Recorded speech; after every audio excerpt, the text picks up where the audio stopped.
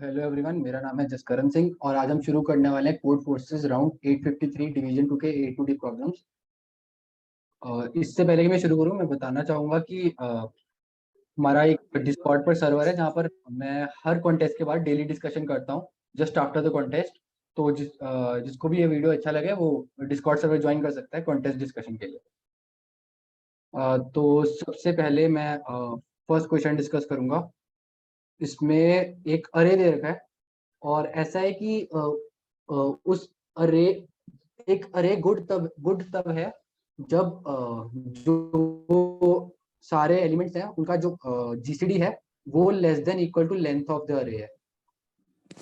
और उस अरे में भी अगर सारे प्रीफिक्स उसके गुड हैं तो ही वो अरे गुड माना जाएगा। और हमें ये बताना है अरे गुड है कि नहीं। मैं एक बार अच्छे से समझा देता हूँ। मान लो ये हमारा अरे है, इसमें कुछ नंबर हैं ऐसा कुछ, ठीक है। अब ये गुड कब है? गुड तब होगा अगर इन सबका जीसीडी जो कि 1 है, GCD equal to 1 is less than equal to length, length is equal to 4, l equal to 4। अगर यहाँ पर मान लो होता कुछ 2 होता, 6 होता यहाँ पर तो जीसीडी 2 आता, वो तब भी कम है। तो हमें बेसिकली ये देखना है वो लाइक गुड है कि नहीं है। और सिर्फ ये नहीं है, ऐसा भी है कि उसके सारे प्रीफिक्सेस भी गुड होने चाहिए। लाइक प्रीफिक्सेस का मतलब क्या है? एक तो पूरा अरे वो खुद एक प्रीफिक्स प्रीफिक्स होता है, जैसे सिर्फ पहला एलिमेंट, फिर पहले दो, फिर पहले तीन, फिर पहले चार। तो पहले दो का जीसीडी जो है वो है 2, पहले तीन का जीसीडी भी 2 है, पहले चार का जीसीडी भी 2 है। हम एक्चुअली और क्वेश्चन में साफ साफ बोला गया है कि एटलीस्ट लेंथ 2 होनी चाहिए। लाइक हाँ, is no less than 2 are good. Like इधर लिखा है ना, it is beautiful if all of its prefixes whose length is no less than 2 are good। मतलब सारे जो प्रीफिक्स है उनकी ग्रेटर देन इक्वल टू 2 होने चाहिए। तो 1 लेंथ का प्रीफिक्स तो होना ही नहीं चाहिए, बेसिकली सिंपल सी बात है। और वो उसका सेंस भी नहीं बनता है 1 प्रीफिक्स होने का। तो अब देखा जाए तो हमें क्या निकालना है, हमें देखना है कि सारे प्रीफिक्सेस का जो जीसीडी है वो less than equal to length हो। तो मान लो मेरी 2 लेंथ का जीसीडी कुछ आ गया x, और मान लो less than equal to length है, लेस देन इक्वल टू 2 है। अब मैं नेक्स्ट मूव ऑन करता हूँ, पहला प्रीफिक्स ये था और मैं नेक्स्ट प्रीफिक्स पे मूव ऑन करता हूँ। तो जो अगला जीसीडी मान लो y है और वो लेस देन इक्वल टू 3 होना चाहिए। अब जो अगर हम y और x को कंपेयर करें तो ये 2 है कि y is less than equal to x। अब ऐसा क्यों? Because y is equal to GCD of a of a of 1 comma x। मतलब एक एलिमेंट इन दोनों का जीसीडी वाई है, तो क्योंकि एक्स का किसी के साथ भी जीसीडी ले तो नया नंबर उससे कम ही होने वाला है, लेस देन इक्वल टू ही होने वाला है। तो अगर ये ट्रू है तो ये तो ट्रू होगा ही, और हर अगले नंबर के लिए भी ये कंडीशन सेटिस्फाई करती रहेगी। मतलब कि ये अगर कोई एक्स किसी आय मतलब आयत प्रीफिक्स के लिए ये ट्रू है, तो आई प्लस वन प्रीफिक्स के लिए भी अगर कुछ वाई ले तो वो भी less than equal to i plus 1 होने ही वाला है। तो इसका मतलब हमें सबसे पहला जो प्रीफिक्स है उस पे ये ट्रू कंडीशन ट्रू होनी चाहिए। अगर इस पे फॉल्स हो गई तो ओवरऑल फॉल्स होगी, क्योंकि हमें एक ऐसा प्रीफिक्स मिल गया। अगर इस पे ट्रू है तो ट्रू है, तो इसका मतलब ये है कि पहले दो एलिमेंट का GCD less than equal to 2 होना चाहिए। मतलब GCD of a(0) a(1) is less than equal to 2। और ये कब ट्रू होगा? और अब ये भी है कि हम ए को किसी भी ऑर्डर में सॉर्ट कर सकते हैं, किसी भी ऑर्डर में ला सकते हैं ए को। तो हम क्या करेंगे, हम सारे पेयर्स के लिए चेक कर लेंगे बेसिकली। लाइक कोई भी दो एलिमेंट उठाएंगे पूरे अरे में से और उनका जीसीडी देखेंगे, बेसिकली ये करेंगे।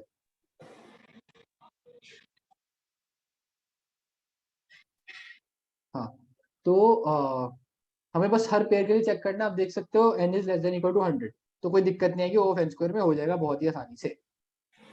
अब मैं लाइक पहले एग्जांपल पर जाऊं। पहले एग्जांपल पर 3,6 है, तो पहले दो ही एलिमेंट है और दोनों का जीसीडी 3 है जो कि लेंथ से ज्यादा है, तो 9 आ गया। अब इसमें जाए तो इसमें लाइक 3 एलिमेंट है और पेयर वाइज जीसीडी देखे तो 2 और 1 का 1 है, तो यस हो गया कि लेस देन इक्वल टू 2 है। फिर से पेयर वाइज जीसीडी देखे तो इन दोनों का 1 है, तो फिर से यस है। इसमें पेयर वाइज जीसीडी देखे तो लाइक इन दोनों का है 5, इन दोनों का है 7 और इन दोनों का है 3। तो 3 ग्रेटर देन इक्वल टू 2, तो like sorry 3 is greater than 2 तो नो आएगा। बाकी केसेस भी ऐसे ही होंगे। समवन हैज आस्क्ड कि can it be done in O of n. इस पे मैंने अभी सोचा तो नहीं है, बट शायद हो जाएगा ओ ऑफ एन में। अभी इस पे मेरे को सोचना पड़ेगा, मैंने सोचा नहीं ओ ऑफ एन का। हाँ, तो मैं नेक्स्ट पर मूव ऑन करूंगा, नेक्स्ट क्वेश्चन पर। ये है मेरा नेक्स्ट क्वेश्चन। इसके पास एक स्ट्रिंग है एन लेंथ की, और हम क्या कर सकते हैं, हम उसका उस स्ट्रिंग का कोई भी पार्ट इन्वर्ट कर सकते हैं। इन्वर्ट करने का क्या मतलब है, जो भी 1 थे उनको 0 और जो भी 0 थे उनको 1 करना, और ये करके हमें इसको पैलिंड्रोम बनाना है। तो बेसिकली हमें क्या करना है, एक स्ट्रिंग दे रखी है, बाइनरी स्ट्रिंग ऐसा कुछ, हमें इसे पैलिंड्रोम बनाना है। पर कैसे बनाना है, बीच में लाइक बीच में से कोई भी एक रेंज उठाएंगे और उनको इन्वर्ट कर देंगे। अब हमें सोचना है वो रेंज क्या होगी। हमें पता है बीच में कोई एक रेंज होगी है ना। तो हम क्या कर सकते हैं, मेरा जो आइडिया है उसमें मैंने क्या किया, मैं सबसे पहले पहला एलिमेंट चेक कर रहा हूँ। एक्चुअली पैलिंड्रोम में क्या होता है, ये ऑपोजिट वाले एलिमेंट के इक्वल होना चाहिए। अगर नहीं है तो वो पैलिंड्रोम नहीं है। तो सबसे पहले हम चेक करेंगे वो सेम है कि नहीं। तो यहाँ पर सेम है तो कोई दिक्कत नहीं है, लेकिन यहाँ पर अलग है तो हमें अगर यहाँ पर अलग है, हमें इनमें से एक साइड को इन्वर्ट करना ही पड़ेगा। तो मान लो हम इससे इन्वर्ट कर रहे हैं, फिलहाल तो बस अभी तक इसे इन्वर्ट कर रहे हैं। अब अगला एलिमेंट देखें, अगला एलिमेंट सेम है, तो अभी तक हमारी जो रेंज है वो यहाँ से यहाँ तक है। और फिर अगला एलिमेंट ये है 1,1, जो कि हाँ इक्वल है, तो यहाँ पे कोई जरूरत नहीं है, और यहाँ ये भी दोनों इक्वल है तो जरूरत नहीं है। तो बेसिकली इसका आंसर यस होगा, क्योंकि हमें वो एक रेंज मिल गई है जहाँ पे हमें इन्वर्ट करना है। तो बेसिकली हमें क्या करना है, जो जो इंडेक्स हमारे लाइक जिन जिन इंडेक्स पे वैल्यू इक्वल नहीं है, वो इंडेक्स उठाने हैं, क्योंकि वो इंडेक्स इन्वर्ट करने पड़ेंगे। जैसे मान लो ऐसा कुछ लाइक ऐसे इंडेक्सेस हैं ऐसे कुछ हमारे, और इसमें से मान लो 1,3,4 पे जो है, ये सारे इन्वर्ट करने पड़ेंगे।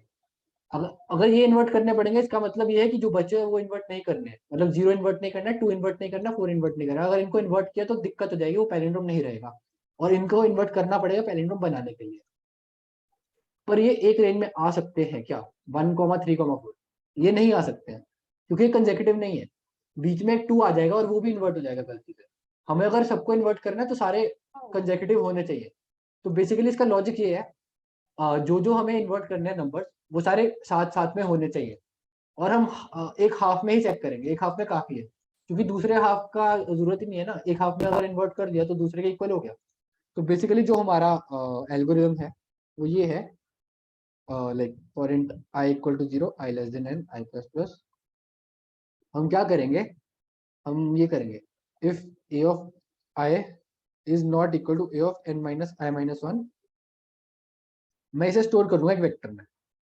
सो v dot push back i, ये मेरा हो जाएगा। यहाँ पर n/2 लगा दूंगा, क्योंकि मैं आधी स्ट्रिंग पे ही देखना है मुझको, क्योंकि दूसरा हाफ अपने आप सही हो जाएगा।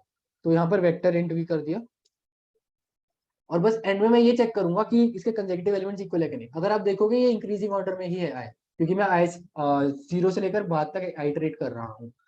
तो ये इंक्रीजिंग ऑर्डर में सारे इंडेक्सेस होंगे। तो मुझे बस कंसेक्यूटिव एलिमेंट्स ही चेक करने, मुझे सॉर्ट करने की भी जरूरत नहीं है। तो मैं बस क्या करूंगा, int i equal to 1, i less than b dot size, और आई प्लस प्लस, और बस ये करूंगा if v of i is not equal to v of i minus 1, तो मैं आंसर प्लस प्लस कर दूंगा। सॉरी, मैं क्या करूंगा, मैं एक बूलियन वेरिएबल बना लूंगा जो मेरा यस या नो प्रिंट करेगा। अभी तो यस है, तो, हाँ ये सॉरी ये आएगा, v of i is not equal to v of i minus 1 plus 1। अगर ऐसा नहीं है तो मैं z को 0 कर दूंगा, और चाहे ब्रेक कर दूं ना करूं कोई फर्क नहीं पड़ता है। और अगर इफ z, तो यस, एल्स नो। तो ये है मेरा इसका लॉजिक। अगर आप एग्जाम्पल में भी देखें हम, अगर देखोगे तो यहाँ पर तो कोई भी इंडेक्स नहीं, ऑलरेडी पैलिंड्रोम है तो यस है। यहाँ पर देखें तो सिर्फ ये फर्स्ट इंडेक्स है, और वो कंसेक्यूटिव तो रहते हैं, इसलिए ऐसे यहाँ पर देखोगे पहला वाला पहले वाले को इन्वर्ट करना पड़ेगा 0, फिर इसको भी इन्वर्ट करना पड़ेगा 2, 0 और 2 को इन्वर्ट करना पड़ेगा, और इनको इन्वर्ट करना पड़ेगा, लेकिन ये कंसेक्यूटिव नहीं है, तो आंसर नो आ गया। यहाँ तक किसी को भी कोई भी डाउट हुआ तो पूछ सकता है फर्स्ट और सेकंड क्वेश्चन में। अगर नहीं है तो मैं आगे प्रोसीड करता हूँ क्वेश्चन नंबर 3 की तरफ। हाँ, तो एक क्वेश्चन नंबर 3 में क्या दे रखा है मुझे, इनिशियली एक अरे दे रखा है, लेकिन अगर अच्छे से समझाऊं तो एक अरे दे रखा है, ऐसा कुछ ऐसे वैल्यूज दे रखी है, ठीक है। अब क्या है, लाइक कुछ एम ऑपरेशन है। एक ऑपरेशन में क्या हो रहा है, एक इंडेक्स दे रखा होगा एक्स, सॉरी पी मान लो, और एक वैल्यू दे रखी है वी। तो मुझे ए ऑफ पी को वी के बराबर करना है अगले ऑपरेशन में, और अगर ए ऑफ पी को वी के बराबर कर दिया तो अगले ऑपरेशन में ये अरे पूरा का पूरा चेंज हो जाएगा और ये नया अरे बन जाएगा। और ऐसे एम ऑपरेशन है, एम ऑपरेशन ऐसे है, इसका मतलब M+1 अरेज होंगे। कैसे, जैसे मैं पहला एग्जांपल समझा देता हूँ एक बार, 3 2 1 2 3 ये वाला। लाइक अगर इसको मैं अच्छे से समझाऊं तो इनिशियली एक अरे क्या था, 1 2 3, इसके बाद पहला ऑपरेशन किया 1 को 4 बनाया, तो नया अरे क्या हुआ, अब नेक्स्ट वैल्यू क्या हुई अरे की, 4 2 3। अब अगले में 2 को 5 बनाया, तो नेक्स्ट वैल्यू क्या हो गया अरे की, 4 5 3। अब देखो ये दे रखा है कि अरे के सारे एलिमेंट डिस्टिंक्ट होने वाले हैं, और हर अरे के होने वाले गारंटीड है, लिखा हुआ है यहाँ पर, like all elements of the array are pairwise distinct after each modification. और मुझे एक्चुअली क्वेश्चन में फाइंड क्या करना है, मुझे ये फाइंड करना है जितने भी अरेज बन रहे हैं उनमें से अगर कोई भी दो अरे उठाए और उनका कॉन्कैटिनेशन करे। कॉन्कैटिनेशन मतलब सारे एलिमेंट्स एक साथ लें, जैसे मान लो ये दो अरे लिए, इन दोनों के एलिमेंट्स एक साथ लिए। अगर इन दोनों के एलिमेंट्स एक साथ लिए तो क्या हो जाएगा, 1 2 3, 4 2 3। तो मैं बताना इसमें कितने डिस्टिंक्ट है, अगर इसमें देखोगे तो 4 डिस्टिंक्ट है। तो बेसिकली ये देखना है कि मुझे हर एक पेयर के लिए देखना है, मतलब फिर मैं इस और इस पेयर के लिए देखूंगा कितने डिस्टिंक्ट है, फिर इस और इस पेयर के लिए, तो मुझे हर पेयर के लिए देखना है। तो अब मैं कैसे करने वाला हूँ, मुझे ये सोचना है। अब मैंने इसका लॉजिक ये सोचा, मैं ये देखूंगा कि हर एक वैल्यू कितने अरेज में आ रही है। लाइक अगर 1 है तो वो कितने अरेज में आ रही है, 2 है तो वो कितने अरेज में आ रही है, 3 है वो कितने अरेज में आ रही है, 4 कितने अरेज में आ रही है, ये देखना है मुझे। तो वो मैं कैसे देखने वाला हूँ, तो एक्चुअली मैं एक मैप लूंगा। इनिशियली मैं ये स्टोर करूंगा कि हर एक वैल्यू जो है, हर एक वैल्यू का लाइक कौन से अरे में थी आखिरी बार। लाइक मैप लूंगा एक, map int comma int m, इसमें स्टोर करूंगा, लाइक मैं सारे एलिमेंट्स के लिए स्टोर करूंगा। बेसिकली इनिशियली जो अरे है मेरा, उसमें क्या स्टोर करूंगा, उसमें स्टोर करूंगा कि m of a of i equal to 0। Like ये है अभी 0th अरे, लाइक ये वैल्यू आखिरी बार मुझे 0th अरे में मिली थी, वो ये बता रहा है। और एक और मैप लूंगा जो बताएगा मेरी हर एक वैल्यू कितने अरेज में आई है।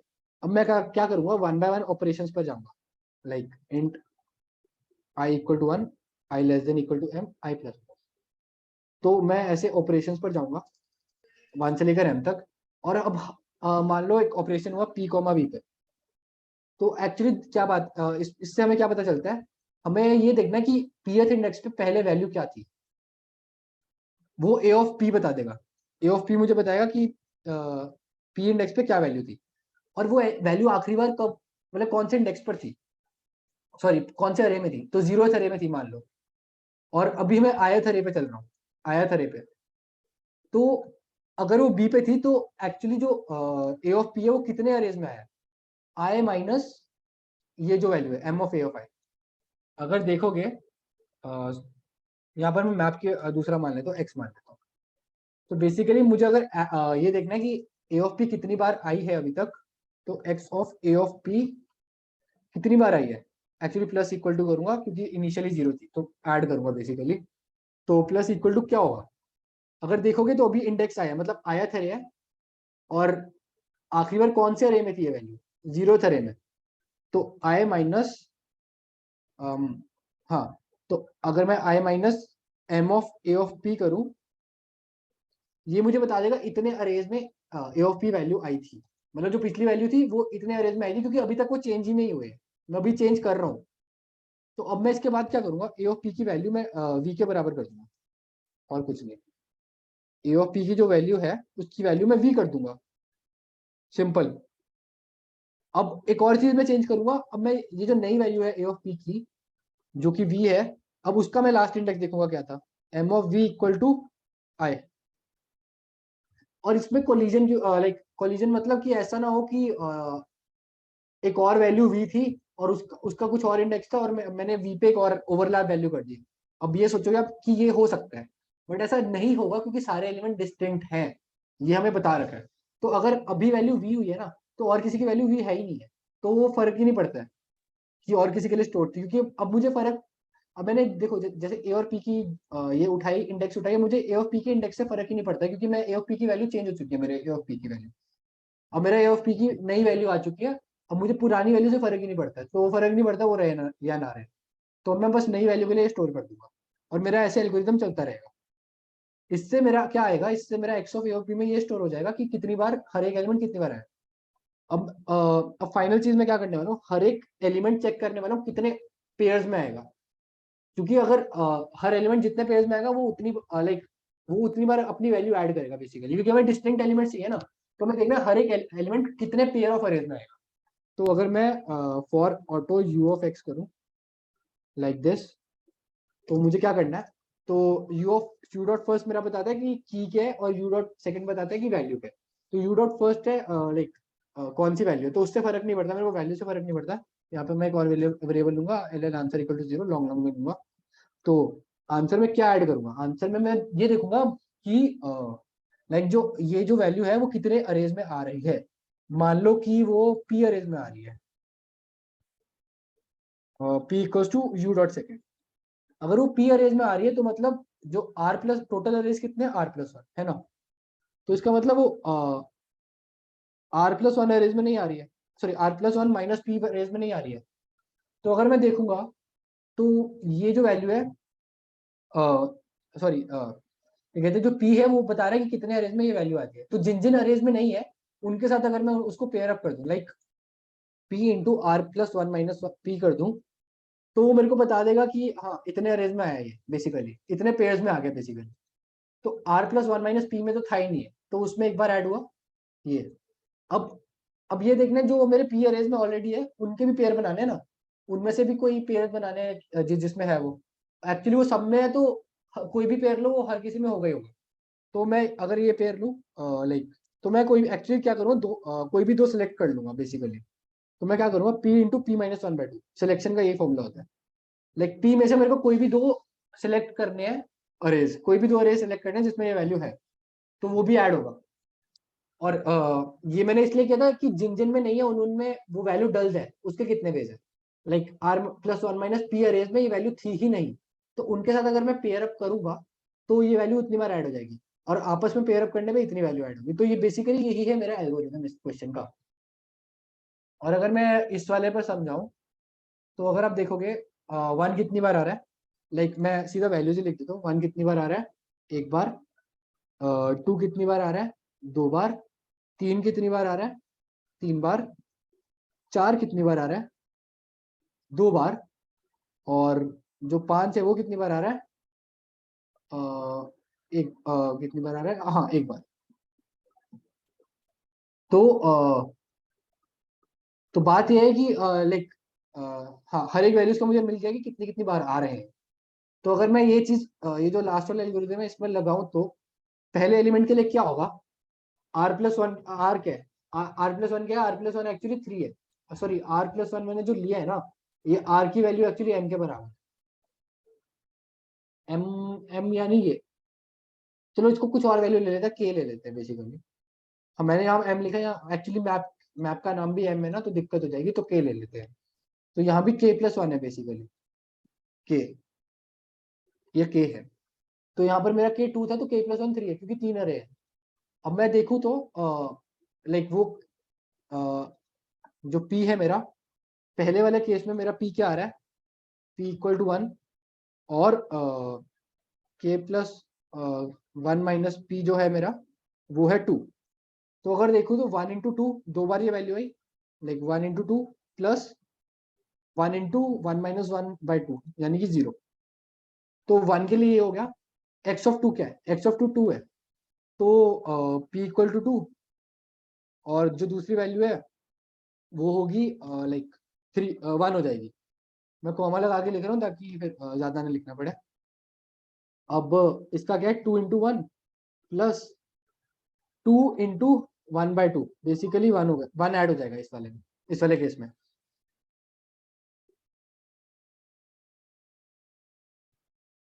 तो अब मैं नेक्स्ट वाले पे आता हूँ, एक्स ऑफ 3। तो 3 के लिए क्या होगा? p इक्वल टू 3, और जो दूसरी वैल्यू होगी वो 0 होगी। तो बेसिकली इसमें 3 इंटू 0 यानी कि 0, प्लस 3 इंटू 3 - 1/2 यानी कि 3, ये ऐड होगा।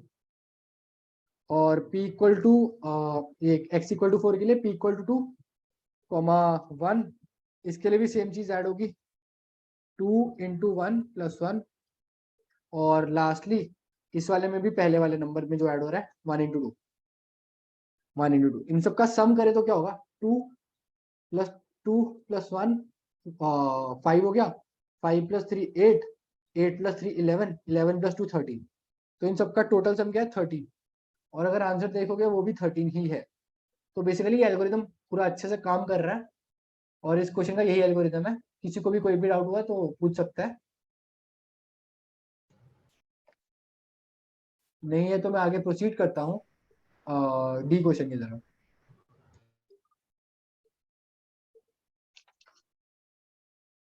इस क्वेश्चन में क्या है? इस क्वेश्चन में एक लाइक एक नंबर नंबर एक्चुअली स्ट्रिंग के फॉर्म में दे रहेगा, क्योंकि n बिट्स है, n बिट और n 2 × 10⁻³ तक है। तो n बिट्स के लिए देखना है मुझे। तो बेसिकली दो नंबर दे रखे हैं, ए और बी, और मैं ए पे क्या ऑपरेशन कर सकता हूँ? ए पे कर सकता हूँ कि जॉर उसका ले सकता हूँ, उसको लेफ्ट या राइट शिफ्ट करके किसी भी नंबर से, और उसको बी में कन्वर्ट करना है। लाइक बेसिकली क्या है इस क्वेश्चन में? लाइक मुझे एक स्ट्रिंग दे रखी है 1 0 0 1 ऐसा कुछ, और बी एक स्ट्रिंग दे रखी है 1 0 0 1 1 0 ऐसा कुछ। तो बेसिकली ये मेरी दो स्ट्रिंग है, ठीक है। मुझे ए को बी में कन्वर्ट करना है। अब मैं ए पे क्या क्या ऑपरेशन कर सकता हूँ? अब क्या कर सकता हूँ? मैं लेफ्ट शिफ्ट या राइट शिफ्ट कर सकता हूँ किसी किसी भी लाइक नंबर से 1 से लेकर n तक। बट मैं क्या नहीं कर सकता? मैं के को 0 सेट नहीं कर सकता। मतलब मैं ऐसा नहीं कर सकता कि उसको शिफ्ट ही ना करूँ। मतलब कि ए का अपने आप से जॉर नहीं ले सकता हूँ बेसिकली। अगर देखा जाए ए का, अगर एक ऑपरेशन में क्या होगा? ए जॉर ए, अगर मान लो मैंने ए को 2 से शिफ्ट कर दिया, लेफ्ट शिफ्ट, तो इसकी वैल्यू क्या हो जाएगी? 1 0 0। लेकिन मैं छोटा नंबर ले लेता हूँ ताकि कंफ्यूजन ना हो, ऐसा कुछ है। हाँ ऐसा कुछ। तो अगर मैंने 2 से शिफ्ट किया ए को, तो 1 0 1 1 0 0 0, ये आया। अब मैं इसका जोर इससे लूंगा, ये मैं काट दूंगा क्योंकि ये ट्रंकेट करने हैं, लिखा हुआ क्वेश्चन में अगर ओवरफ्लो करता है तो ट्रंकेट करना है बेसिकली। तो मैं क्या करूंगा? मैं लाइक जोड़ ले लूँ, इसका जोड़ ले लूंगा इससे, सॉरी इसका जोड़ ले लूंगा उससे। तो क्या आया? 1 1 1 1 0। तो एक ही नई वैल्यू ये है। तो बेसिकली इस तरह के मैं ऑपरेशन कर सकता हूँ, उसको लेफ्ट शिफ्ट या राइट शिफ्ट कर सकता हूँ। बस मैं ये नहीं कर सकता कि इसको शिफ्ट ही ना करूँ। मतलब ऐसा नहीं कर सकता मैं ए का जोर इसी से ले लूँ तो 0 आ जाएगा सीधा, वो नहीं कर सकता हूँ। तो बेसिकली ये है मेरे ऑपरेशन जो मैं कर सकता हूँ। तो अब मैं क्या क्या कर सकता हूँ, ये लॉजिक सोचना है मुझे। तो ये तो एक कंस्ट्रक्टिव एल्गोरिदम का प्रॉब्लम है, बेसिकली खुद से लाइक कुछ सोचना है। तो जो मैंने सोचा मैं आपको बता बता देता हूँ। लाइक सबसे पहले मैं ये देखूंगा, मुझे एक्चुअली मैंने ये सोचा कि max to max n operation लगने हैं और मिनिमाइज नहीं करना है नंबर ऑफ ऑपरेशन को। तो मैं हमेशा वर्स्ट केस ही लेके चल रहा हूँ कि एन ऑपरेशन लगने वाला है। तो मैंने सोचा कि हर बिट को 1 बाय 1 मैं ठीक करूँ, 1 बाय 1 चेक करूँ हर बिट को, और उसे सही करने की कोशिश करूँ। मैंने ये सोचा। तो मैंने क्या सोचा, मैं सोचा जो सबसे पहले मेरी बी की जो 1 बिट है ना, उस पे मैं ए पे 1 बनाने की कोशिश करूंगा। लाइक अगर ऑलरेडी 1 है तो कोई दिक्कत ही नहीं है। जैसे यहाँ पर 1 है तो यहाँ पे ऑलरेडी 1 है, तो ए की जो पहली बिट थी वो यहाँ पर है 1। तो कोई दिक्कत नहीं। अगर मतलब कुछ और होता, मैं किसी और एग्जांपल में देखता हूँ, लाइक ऐसा कुछ, हाँ ऐसा कुछ होता। ये लाइक मोर जनरलाइज्ड एग्जांपल है। अ, और इससे पहले कि मैं शुरू करूँ, मैं एक एक केस लेना चाहूंगा कि एक ही जो सारी बिट, लाइक एटलीस्ट एक बिट तो वन है ही। अगर एक भी बिट वन ना हुई तो एक को मैं चेंज ही नहीं कर पाऊंगा, ये तो आपको समझ ही रहा होगा कि एक भी बिट वन ना हुई तो चेंज नहीं कर पाऊंगा। तो अगर एक भी बिट वन नहीं है तो उस केस में मैं क्या करूंगा, मैं चेंज लाइक उस केस में मैं बस चेक करूंगा ए और बी इक्वल है या नहीं। अगर है तो जीरो ऑपरेशन रहेगा, अगर नहीं है तो माइनस वन प्रिंट होगा, क्योंकि एक को मैं चेंज ही नहीं कर पाऊंगा। तो एटलीस्ट एक बिट तो वन होने ही पड़ेगी एक ही। तो सबसे पहली कंडीशन तो मैं वो चेक करूंगा। अब उसके बाद मैं ये देखूंगा कि बी पहली बार वन कहाँ हो रहा है। जहां भी बी वन हो रहे हैं ना, मुझे ए पे वहां पे वन बनाना है। तो मैं क्या करने की कोशिश करूंगा, मैं ए का कोई भी एक बिट उठाऊंगा और उसको यहाँ पर शिफ्ट कर दूंगा बेसिकली। अगर मैं मान लो ये वाला बेटा, अगर मैं इसको टू से लेफ्ट शिफ्ट करूँ तो मेरा यहाँ पर वन आ जाएगा। मुझे यहाँ वन चाहिए ना, तो मैं चाहूंगा कि लेफ्ट शिफ्ट जो है वो यहाँ पर वन ला दे। तो बेसिकली अभी टू से लेफ्ट शिफ्ट करूंगा इसको। ठीक है, मैंने टू से लेफ्ट शिफ्ट किया। अब ए की वैल्यू क्या हुई, zero zero one one one one zero. अब मेरा अब मेरी एक्चुअली ये वाली बिट जो है वो इक्वल होगी बी के, बी की ये वाली बिट के। अब मुझे एक एक करके बाकी सारी बिट भी इक्वल बनानी है, पर उसका फॉर्मूला क्या होगा। सबसे पहले तो मैं लेफ्ट साइड देखूंगा, बेसिकली लेफ्ट साइड। लाइक जिस जो बिट मैंने वन बनाई है ना, उसको मैं मतलब क्यू क्यू मान लूंगा। Int q equal to two. Like q, इसको मैंने अभी फर्स्ट बिट थी जो बी की वन थी, उसको मैंने वन बना दिया। अब बेसिकली मुझे जो भी ऑपरेशन करना है यहाँ से करना है। अब मैं पीछे पीछे की तरफ जाऊंगा, लाइक क्यू से पीछे की तरफ जाऊंगा। तो जहां पर है इसके पीछे की तरफ जाऊंगा, मैं देखूंगा कौन कौन से बिट यहाँ पर लाइक अनइक्वल है, लाइक बी और ए में अनइक्वल है। जो बिट अनइक्वल होगी ना, मैं उसमें क्या करूंगा, उसमें मुझे वन डालना ही पड़ेगा, है ना, ये तो है ही है। तो मैं क्या करूंगा, जो इसकी लास्ट बिट है ना, उसको मैं लेफ्ट शिफ्ट कर दूंगा यहाँ तक। लाइक इसकी लास्ट बिट अगर ये है तो मैं मुझे फोर से लेफ्ट शिफ्ट करना पड़ेगा। L S four, left shift four, यहाँ पर भी लेफ्ट शिफ्ट टू। तो देखा जाए, अगर मैं इसको फोर से लेफ्ट शिफ्ट कर दूं तो मेरी ये वाली बिट अगर अनइक्वल थी तो इक्वल हो जाएगी, और अगर ऑलरेडी इक्वल थी तो मेरे को लेफ्ट शिफ्ट करने की जरूरत ही नहीं। तो बेसिकली मेरा ये अगर लाइक इसको मैंने बी के बराबर बना दिया तो ये भी बी के बराबर हो जाएगा दूसरे ऑपरेशन में। और मेरा जो तीसरा ऑपरेशन होगा वो क्या होगा, तीसरा ऑपरेशन में यहाँ पर जाऊंगा। यहाँ अगर अनइक्वल है ये दोनों बिट्स, तो मैं फिर से लेफ्ट शिफ्ट करूंगा इसको। यहाँ जो इसकी लास्ट वन बिट होगी ना, उसको यहाँ लेफ्ट शिफ्ट करूंगा। क्योंकि मैं ऐसा क्यों लास्ट बिट क्यों देख रहा हूँ, अगर मैं लास्ट बिट देखूंगा ना और इसको लेफ्ट शिफ्ट करूंगा तो मेरा ये तो वन लाइक यहाँ कोई चेंज नहीं होने वाला। लाइक जिसको मुझे चेंज करना है उसके लेफ्ट की तरफ सारे चेंज हो जाएंगे, कुछ ना कुछ चेंज होगा। और यहाँ पर है इन पे कोई चेंज आएगा ही नहीं। और मुझे ये चाहिए भी कि यहाँ कोई चेंज ना आए। अगर यहाँ पर चेंज आ गया तो मुझे दिक्कत हो जाएगी, क्योंकि ये दोनों मैं इक्वल बना चुका हूँ ना, इनको अनइक्वल कर ही नहीं सकता। तो यहाँ कोई चेंज ही नहीं आना चाहिए, चेंज यहाँ से शुरू होना चाहिए। इसलिए मैं इसको जो लास्ट बिट है उसको लेफ्ट शिफ्ट करूंगा उस इंडेक्स पर जो मुझे चेंज करना है। तो बेसिकली मैं क्या कर रहा हूँ, for int i equal to q minus one, i greater than equal to zero, i minus minus. और इसमें क्या कर रहा हूँ, इसमें if a of i is not equal to a of b of i, तो मैं क्या करूंगा, मैं ये ऑपरेशन कर दूंगा, लेफ्ट शिफ्ट लास्ट जो भी है इसका, लाइक वो स्टोर करके रख लूंगा। इधर है इंट एक्स पे स्टोर करके रख लूंगा बेसिकली। X equals to 1 2 3 4 5 6 5। तो l s five x minus i, ये मेरा सबके लिए सेम होगा, क्योंकि इसकी लास्ट बिट चेंज नहीं हो रही है। लास्ट बिट यही रहेगी, है ना, लास्ट बिट जो है वो यही रहेगी, क्योंकि मैं लेफ्ट शिफ्ट ऑपरेशन कर रहा हूँ तो बाद में भी फर्क नहीं पड़ने वाला है। तो मेरा एक फॉर लूप ऐसे चलेगा, तो ये ऑपरेशन करता रहूंगा। तो इससे मेरे क्या होगा, क्यू से पहले वाले, क्यू से जीरो से लेकर क्यू तक सारे इंडेक्स बी के इक्वल हो चुके होंगे। अब अगला मेरा अगला स्टेप्स क्या होंगे, अगले स्टेप्स होंगे जो क्यू के बाद वाले, उनको देखना है। तो मैं उनको भी बेसिकली सिमिलर तरीके से करूंगा, उनको भी वन बाय वन देखूंगा और इस वाले को राइट शिफ्ट करूंगा। बेसिकली जो इसकी फर्स्ट बिट है ना उसको राइट शिफ्ट करूंगा, यानी कि क्यू वाले को ही राइट शिफ्ट करूंगी, क्यू ही फर्स्ट बिट है इसकी, देखा जाए तो। क्योंकि बी में सारे जीरो थे तो ए के भी सारे जीरो हो चुके होंगे, और बी की फर्स्ट बिट है तो यहाँ पर आएगा ये बेसिकली। सॉरी, क्यू क्यू है, जो बी की फर्स्ट बिट भी क्यू है, तो ए की भी फर्स्ट बिट क्यू होने वाली है। उसके बाद से मैं राइट शिफ्ट शुरू कर दूंगा। तो मैं क्या करूंगा, सारे i equal to q plus 1 से लेकर n तक क्या करूंगा, if a of i is not equal to b of i, तो मैं क्या करूंगा, मैं राइट शिफ्ट करूंगा। राइट शिफ्ट कितनी अमाउंट से करूंगा, अब वो देखना है। तो ये q था और मेरा इंडेक्स i है, तो i माइनस q से कर दूंगा बेसिकली, i माइनस q से राइट शिफ्ट कर दूंगा। तो क्या होगा, जब मैंने इसको राइट शिफ्ट किया इसकी तरफ, तो क्या होगा, जहां तक राइट शिफ्ट किया उससे पहले वाले सारे जीरो ही थे बेसिकली, मतलब ये फर्स्ट बिट 1 थी ना, इससे पहले सारे जीरो, यहाँ पर इफेक्ट पड़ने नहीं वाला उससे पहले।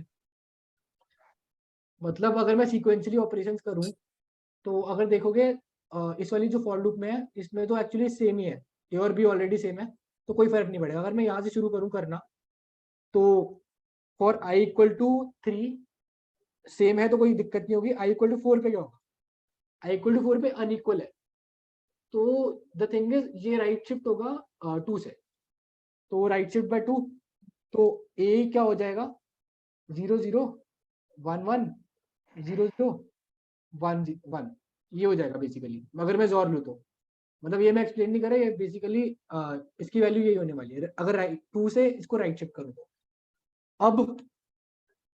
अब मैं देखूंगा अब क्या अनइक्वल है ए में। अब आई इक्वल टू 5 पे जाऊंगा, आई इक्वल टू 5 पे एक्चुअली इक्वल ही है बी के, लाइक ये बी के इक्वल है, तो कोई दिक्कत ही नहीं है, तो कुछ शिफ्ट नहीं करना। आई इक्वल टू 6 पे भी देखोगे तो इक्वल ही है, तो कुछ शिफ्ट नहीं करना।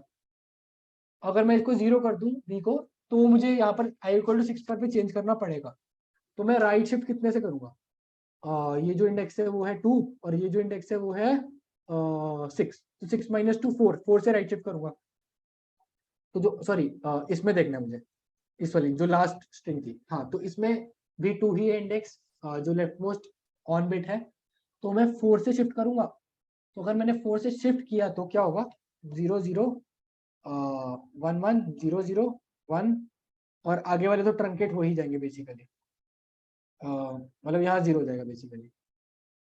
तो ये बहुत ही सिंपल सा एल्गोरिथम है इसका, इससे सॉल्व हो जाएगा ये क्वेश्चन, अगर मैं थोड़े एग्जांपल्स पर भी समझा दूं, और किसी इस वाले पर ही समझा देता हूँ।